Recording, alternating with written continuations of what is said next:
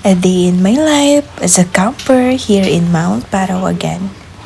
At kung ganito kaganda ang mapagmamasdan mo pagising sa umaga, ay talaga nga namang mapapasabi kang ayoko nang umuwi. By the way, this is our third time na magka-camping, but this time may kasama kaming mga bata at dogs. By the way, sobrang lawak po pala ng lugar na ito. Marami at malawak ang maiikutan ng mga bata at mga hayop.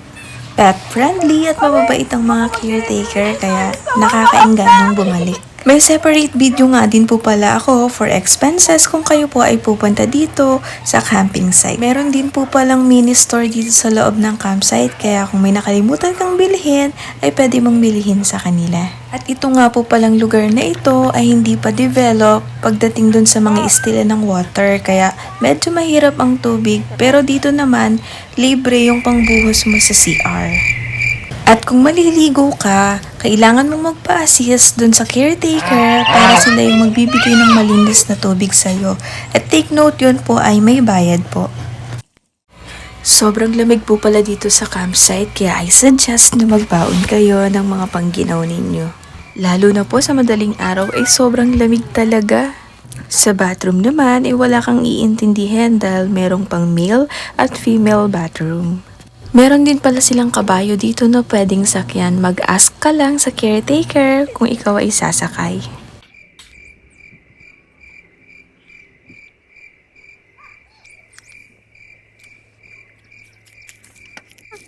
Share ko lang din po pala na nagbaon kami ng pwede naming maiihaw kagaya ng talong, isda at pork para may maiulam kami dahil 22 hours kaming mag-stay. Hiniram lang din po namin yung ihawan at ito po ay pwede at libreng gagamitin. Basta after pong gamitin ay dapat po itong linisin. Sa gabi naman ay ganito kaganda ang matatanaw niyong tanawin. Tanaw talaga yung city lights, pati simoy ng hangin langhap na langhap mo, yung pagkasariwa niya. Nag-avail din pala kami ng bonfire para mas ma-experience ng mga bata yung pag-iihaw ng marshmallow dahil ito ang pinaka-exciting part sa pagka-camping. Kung kayo ay magbo-bonfire, kailangan yung magsabi sa caretaker para ma-prepare nila yung inyong mga kailangan. Si Alaw! Mandel!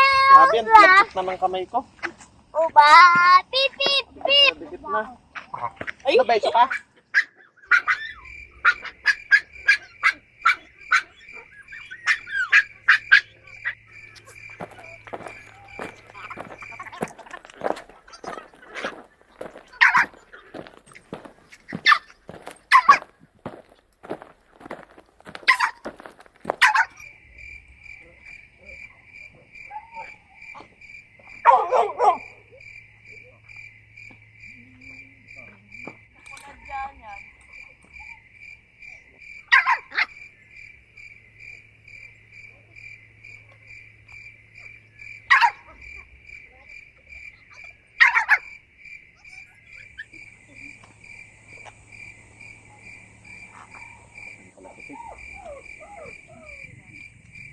Lagayan ko.